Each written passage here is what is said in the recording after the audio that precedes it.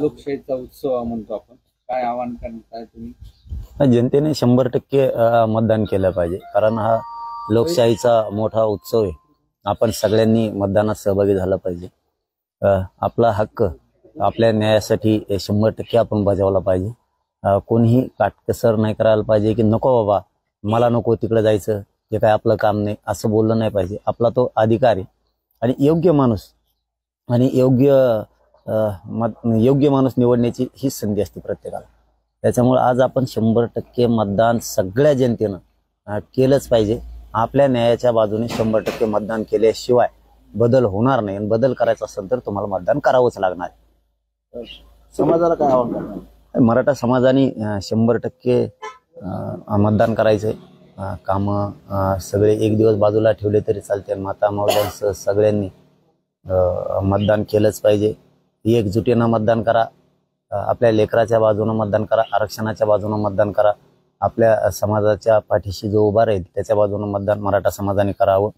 मी कालही सांगितलं होतं, परवाही सांगितलं आणि आताही तेच सांगतो की जाताना आपल्या लेकराला लेकीला विचारून जा, नातवाला विचारून जा, मी नेता मोठा करायसाठी मतदान करू, पक्ष मोठा करण्यासाठी मतदान करू की आरक्षणाच्या बाजूनं मतदान करून तुला मोठं करण्यासाठी मतदान करू. हे प्रत्येकानं डोळ्यासमोर मतदान केंद्रात गेल्यावर आणा. प्रत्येक शेतकऱ्यांनी आपलं आपलं कष्ट, आपले झालेले 5 वर्ष हाल हे सुद्धा डोळ्यासमोर आणा आणि त्या बाजूनं मतदान करा. तुमच्या न्यायाच्या बाजूनं मतदान करा, ही माझी सगळ्यांना विनंती आहे. मराठा आरक्षणाला कोणी कोणी विरोध केलाय त्यांना सोडू नका, कारण हे मराठा समाजाला जाहीरपणाने सांगतो, एकजुटीनं एक गठ्ठा एका ताकदीनं 100% मराठी मतदान करा. डोक्यातला संभ्रम फिमरम सगळं काढून टाका. येणारा माणूस डोळ्यासमोर घ्यायचा आणि सणासण मतदान करायचं. याला करू का त्याला करू का, पाहुणा आहे का ठेवणं आहे का काय बघायचं नाही. आपलं मत वायाला नाही गेलं पाहिजे. आपलं मत विजयाच्या बाजूने पडलं पाहिजे आणि मराठा आरक्षणाच्या बाजूने पडलं पाहिजे. मराठा समाजाने लक्षात ठेवा. तुम्हाला घेऊन काही लोक तुमचं आम्हाला समर्थन आहे, काही लोक समोरच्याला विरोध आहे असं भासून अशा वेगवेगळ्या क्लुप्त्या करून फोटो टाक कुठं काही टाक अशा गोष्टी कामगिरी करताना आढळल्या आणि तुमचा आशीर्वाद आहे असं भासवण्याचा प्रयत्न केला. काही ठिकाणी काहीचा विरोध बी आहे असं भासवण्याचा प्रयत्न केला. त्यांच्यासाठी काही मेसेज आहे का तुम्हाला? तर काय सांगा बाबा, त्यांना बेजार झालो. त्यांना सांगू रतीत नुसतं तेच लफडं होतं, दुसरं काहीच नव्हतं. कुणी मी मागचं बोललेलं कोरायचं आणि तेवढं टाकून देत होते. आता काय त्याला डोकं लावणं उपयोग नाही आणि काहीच नाही. रात्रभर तेच चालू होतं, नुसती व्हिडिओ टाकाटाकी चालू होती रात्री नुसते. आता काय त्याला काय करू शकत नाही आपण. पण आता कोणी माझ्याजवळ फोटो काढला म्हणून मी काय त्याला पाठिंबा दिला नाही हे समाजाने आधी समजून घ्या. माझ्याजवळ बसलेत, आलेत, फोटो काढला आणि तिकडे जाऊन खाली फोटोवर लिहिलं त्यांनी की पाटलांचा मला पाठिंबा मिळालाय. ते सगळं खोटं आहे. ते समाजाने विश्वास ठेवू नका. तुमच्या मनानं तुम्हाला जे करायचं ते करा. मालक तुम्हाला ठेवलं म्हणल्यावर मी बदलणार नाही. मालक तुम्ही एक मराठा समाज. त्यामुळे कोणी काही अपसोडी कोणी संभ्रम निर्माण करीन, संभ्रम करून घेऊ नका. मी कुठं टीम पाठविली नाही, कुठं मेसेज पाठवला नाही, कुठं संदेश पाठवला नाही, कुठं आदेश पाठवला नाही किंवा कोणासोबत फोटो काढला किंवा कोणचा एखादा नेता मला भेटला म्हणून काय त्याला पाठिंबा नाहीये. मी तुम्हालाच समाजालाच मालक ठेवलेलं आहे हे मराठा समाजानं समजून घ्या. संभ्रम करून घेऊ नका.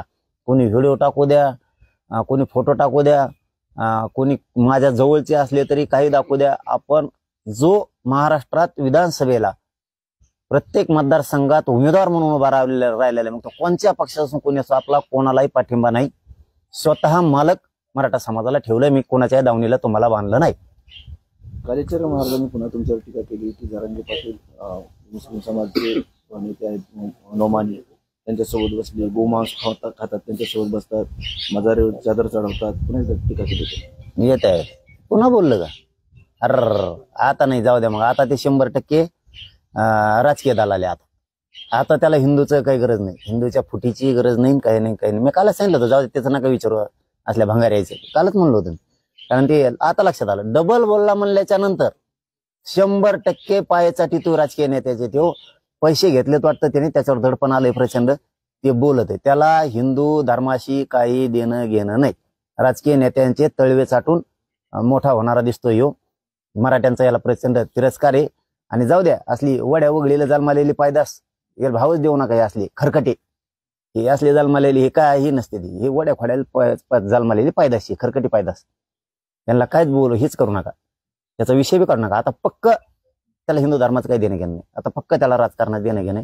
ते पायासाठी ते चाटू द्या, त्याचा विचारू बी नका. आता असले रोज बांधतात मराठ्यांचा तिरस्कार करणारा, जो मराठा हिंदू धर्मात आहे त्याचा तिरस्कार करणारा, गोरगरिबांच्या मराठ्यांच्या पोराचं दुःख न समजणारा महाराज असू शकत नाही. तो प्युअर पाय चाटणारी पायदाशी जाऊ दे तिकडे, ते वड्या खोड्याच्या अवलाद. दादा, यावेळेला आता या विधानसभेच्या निवडणुकीमध्ये सत्ता बदल हे होईल का तुमच्या आव्हानानंतर, असं तुम्हाला वाटतं? आणि मी काय आव्हान केलं? मराठा आयला समाज तुमचे प्रश्न डेंजर असतील बाबा. जे प्रश्न मी नाही विचारले तेच विचारतो तुम्ही.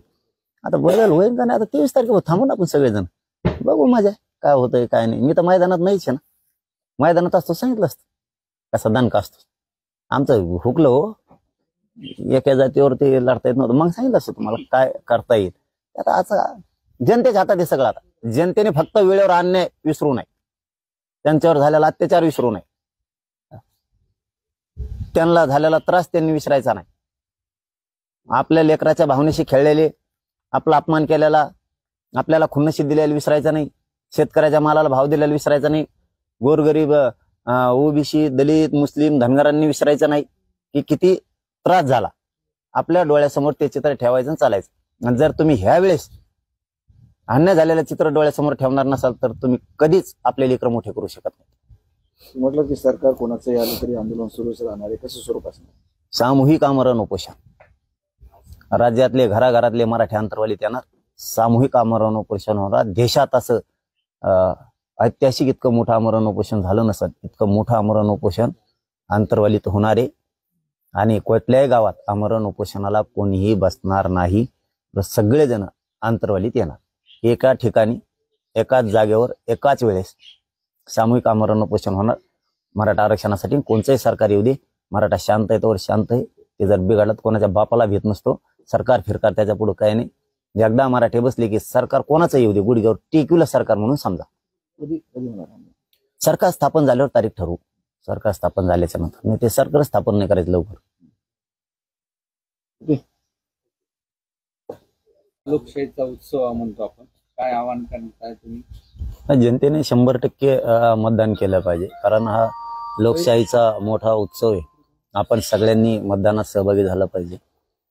आपला हक्क आपल्या न्यायासाठी 100% आपण बजावला पाहिजे. कोणीही काटकसर नाही करायला पाहिजे की नको बाबा मला नको तिकडे जायचं, ते काय आपलं काम नाही असं बोललं नाही पाहिजे. आपला तो अधिकार आहे. आणि योग्य माणूस आणि योग्य माणूस निवडण्याची ही संधी असते प्रत्येकाला. त्याच्यामुळे आज आपण 100% मतदान सगळ्या जनतेनं केलंच पाहिजे. आपल्या न्यायाच्या बाजूने 100% मतदान केल्याशिवाय बदल होणार नाही. आणि बदल करायचा असेल तर तुम्हाला मतदान करावंच लागणार.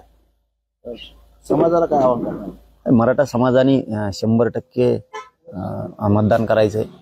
कामं सगळे एक दिवस बाजूला ठेवले तरी चालते. माता मावल्यांसह सगळ्यांनी मतदान केलंच पाहिजे. एकजुटीनं मतदान करा. आपल्या लेकराच्या बाजूनं मतदान करा, आरक्षणाच्या बाजूनं मतदान करा. आपल्या समाजाच्या पाठीशी जो उभा राहील त्याच्या बाजूनं मतदान मराठा समाजाने करावं. मी कालही सांगितलं होतं, परवाही सांगितलं आणि आताही तेच सांगतो की जाताना आपल्या लेकराला लेकीला विचारून जा, नातवाला विचारून जा, मी नेता मोठा करायसाठी मतदान करू, पक्ष मोठा करण्यासाठी मतदान करू की आरक्षणाच्या बाजूनं मतदान करून तुला मोठं करण्यासाठी मतदान करू. हे प्रत्येकानं डोळ्यासमोर मतदान केंद्रात गेल्यावर आणा. प्रत्येक शेतकऱ्यांनी आपलं आपलं कष्ट, आपले झालेले 5 वर्ष हाल हे सुद्धा डोळ्यासमोर आणा आणि त्या बाजूनं मतदान करा. तुमच्या न्यायाच्या बाजूनं मतदान करा, ही माझी सगळ्यांना विनंती. मराठा आरक्षणाला कोणी कोणी विरोध केलाय त्यांना सोडू नका, कारण हे मराठा समाजाला जाहीरपणाने सांगतो, एकजुटीनं एक गठ्ठा एका ताकदीनं 100% मराठी मतदान करा. डोक्यातला संभ्रम फिमरम सगळं काढून टाका. येणारा माणूस डोळ्यासमोर घ्यायचा आणि सणासण मतदान करायचं. याला करू का त्याला करू का, पाहुणा आहे का ठेवणं आहे का काय बघायचं नाही. आपलं मत वायाला नाही गेलं पाहिजे. आपलं मत विजयाच्या बाजूने पडलं पाहिजे आणि मराठा आरक्षणाच्या बाजूने पडलं पाहिजे. मराठा समाजाने लक्षात ठेवा. तुम्हाला घेऊन काही लोक तुमचं आम्हाला समर्थन आहे, काही लोक समोरच्याला विरोध आहे असं भासून अशा वेगवेगळ्या क्लुप्त्या करून फोटो टाक कुठं काही टाक अशा गोष्टी भानगडी करताना आढळल्या आणि तुमचा आशीर्वाद आहे असा भासवण्याचा प्रयत्न केला. काही ठिकाणी काहीचा विरोध बी आहे असं भासवण्याचा प्रयत्न केला. त्यांच्यासाठी काही मेसेज आहे तुम्हाला? तर काय सांगा बाबा, त्यांना बेजार झालो. त्यांना सांगू रतीचं नुसतं तेच लफडं होतं, दुसरं काहीच नव्हतं. कुणी मी मागचं बोललेलं कोरायचं आणि तेवढं टाकून देत होते. आता काय त्याला डोकं लावणं उपयोग नाही आणि काहीच नाही. रात्रभर तेच चालू होतं, नुसती व्हिडिओ टाकाटाकी चालू होती रात्री नुसते. आता काय त्याला काय करू शकत नाही आपण. पण आता कोणी माझ्याजवळ फोटो काढला म्हणून मी काय त्याला पाठिंबा दिला नाही हे समाजाने आधी समजून घ्या. माझ्याजवळ बसलेत, आलेत, फोटो काढला आणि तिकडे जाऊन खाली फोटो लिहिलं त्यांनी की पाटलांचा मला पाठिंबा मिळालाय, ते सगळं खोटं आहे. ते समाजाने विश्वास ठेवू नका. तुमच्या मनानं तुम्हाला जे करायचं ते करा. मालक तुम्हाला ठेवलं म्हणल्यावर मी बदलणार नाही. मालक तुम्ही एक मराठा समाज, त्यामुळे कोणी काही अपसोडी कोणी संभ्रम निर्माण करीन, संभ्रम करून घेऊ नका. मी कुठं टीम पाठविली नाही, कुठं मेसेज पाठवला नाही, कुठं संदेश पाठवला नाही, कुठं आदेश पाठवला नाही, किंवा कोणासोबत फोटो काढला किंवा कोणचा एखादा नेता मला भेटला म्हणून काय त्याला पाठिंबा नाहीये. मी तुम्हालाच समाजालाच मालक ठेवलेलं आहे हे मराठा समाजानं समजून घ्या. संभ्रम करून घेऊ नका. कोणी व्हिडिओ टाकू द्या, कोणी फोटो टाकू द्या, कोणी माझ्या जवळचे असले तरी काही दाखवू द्या. आपण जो महाराष्ट्रात विधानसभेला प्रत्येक मतदारसंघात उमेदवार म्हणून उभा राहिलेला मग तो कोणत्या पक्षापासून कोणी असो, आपला कोणालाही पाठिंबा नाही. स्वतः मालक मराठा समाजाला ठेवलंय. मी कोणाच्या दावणीला तुम्हाला बांधलं नाही. कालेश्वर महाराजांनी पुन्हा तुमच्यावर टीका केली की जरांगे पाटील मुस्लिम समाजचे नेते आहेत नोमानी, त्यांच्यासोबत बसले, गोमांस खातात, त्यांच्यासोबत बसतात, मजारे चादर चढवतात, पुन्हा एकदा टीका केली. येत आहे पुन्हा बोललं का? अर आता नाही, जाऊ द्या मग. आता ते 100% राजकीय दलाले. आता त्याला हिंदूचं काही गरज नाही, हिंदूच्या फुटीची गरज नाही, काही नाही. मी कालच सांगितलं होतं, जाऊ दे त्याचं नका विचारू असल्या भंगार यायचं, कालच म्हणलं होतं. कारण ते आता लक्षात आलं. डबल बोलला म्हणल्याच्या नंतर 100% पायासाठी तो राजकीय नेत्याचे ते पैसे घेतलेत वाटतं त्याने, त्याच्यावर दडपण आलंय प्रचंड. ते बोलत आहे, त्याला हिंदू धर्माशी काही देणं घेणं नाही. राजकीय नेत्यांचे तळवे चाटून मोठा होणारा दिसतोय ह्यो. मराठ्यांचा याला प्रचंड तिरस्कार आहे. आणि जाऊ द्या, असली वड्या वगळीला जन्मालेली पायदास याला भावच देऊ नका. हे असली खरकटे, हे असले जन्मालेली हे काही नसते, हे वड्या खोड्याला जन्मालेली पायदाशी खरकटी पायदास. त्यांना कायच बोलू हेच करू नका, त्याचा विषय बी काढू नका. आता पक्क त्याला हिंदू धर्माचं काही देणं घेणं नाही. आता पक्क त्याला राजकारणात देणं घेणं, ते पायासाठी ते चाटू द्या, त्याचा विचारू बी नका. आता असले रोज बांधतात मराठ्यांचा तिरस्कार करणारा, जो मराठा हिंदू धर्मात आहे त्याचा तिरस्कार करणारा, गोरगरिबांच्या मराठ्यांच्या पोराचं दुःख न समजणारा महाराज असू शकत नाही. तो प्युअर पाय चाटणारी पायदाशी. जाऊ दे तिकडे ते वड्या खोड्याच्या अवलाद. दादा, यावेळेला आता या विधानसभेच्या निवडणुकीमध्ये सत्ता बदल हे होईल का तुमच्या आव्हानानंतर, असं तुम्हाला वाटतं? आणि मी काय आव्हान केलं? मराठा समाज तुमचे प्रश्न डेंजर असतील बाबा. जे प्रश्न मी नाही विचारले तेच विचारत होतो तुम्ही. आता बदल होईल का नाही? आता 23 तारखेला थांबून आपण सगळेजण बघू माझ्या काय होतंय काय नाही. मी तर मैदानात नाहीच ना. मैदानात असतो सांगितलं असतं कसा दणका असतो. आमचं हुकलं हो, एका जातीवर ते लढता येत नव्हतं, मग सांगितलं असतं तुम्हाला काय करता येईल. आता असं जनतेच्या हातात आहे सगळं. आता जनतेने फक्त वेळेवर अन्याय विसरू नये, त्यांच्यावर झालेला अत्याचार विसरू नये, त्यांना झालेला त्रास त्यांनी विसरायचा नाही. आपल्या लेकराच्या भावनेशी खेळलेले, आपला अपमान केलेला, आपल्याला खुन्नशी दिलेला विसरायचा नाही, शेतकऱ्याच्या मालाला भाव दिलेला विसरायचा नाही, गोरगरीब ओबीसी दलित मुस्लिम धनगरांनी विसरायचं नाही की किती त्रास झाला. आपल्या डोळ्यासमोर ते चित्र ठेवायचं आणि चालायचं. आणि जर तुम्ही ह्या वेळेस अन्याय झालेलं चित्र डोळ्यासमोर ठेवणार नसाल तर तुम्ही कधीच आपले लेकरं मोठे करू शकत नाही. म्हटलं की सरकार कोणाचंही आलं तरी आंदोलन सुरूच राहणार आहे, कसं स्वरूप असणार? सामूहिक आमरण उपोषण. राज्यातले घराघरातले मराठी आंतरवालीत येणार, सामूहिक आमरण उपोषण होणार. देशात असं ऐतिहासिक इतकं मोठं आमरण उपोषण झालं नसत, इतकं मोठं आमरण उपोषण आंतरवालीत होणार आहे. आणि कुठल्याही गावात आमरण उपोषणाला कोणीही बसणार नाही. सगळेजण आंतरवालीत येणार, एका ठिकाणी एकाच जागेवर एकाच वेळेस सामूहिक आमरण उपोषण होणार. मराठा आरक्षणासाठी कोणचंही सरकार येऊ दे, मराठा शांत आहे तोवर शांत आहे. ते जर बिघडलं कोणाच्या बापाला भीत नसतो. सरकार फिरकार त्याच्या पुढे काही नाही. एकदा मराठी बसले की सरकार कोणाचं येऊ दे, गुडघ्यावर टिकवलं सरकार म्हणून समजा. कधी होणार? सरकार स्थापन झाल्यावर तारीख ठरवू. सरकार स्थापन झाल्याच्या नंतर नाही, ते सरकार स्थापन नाही करायचं लवकर.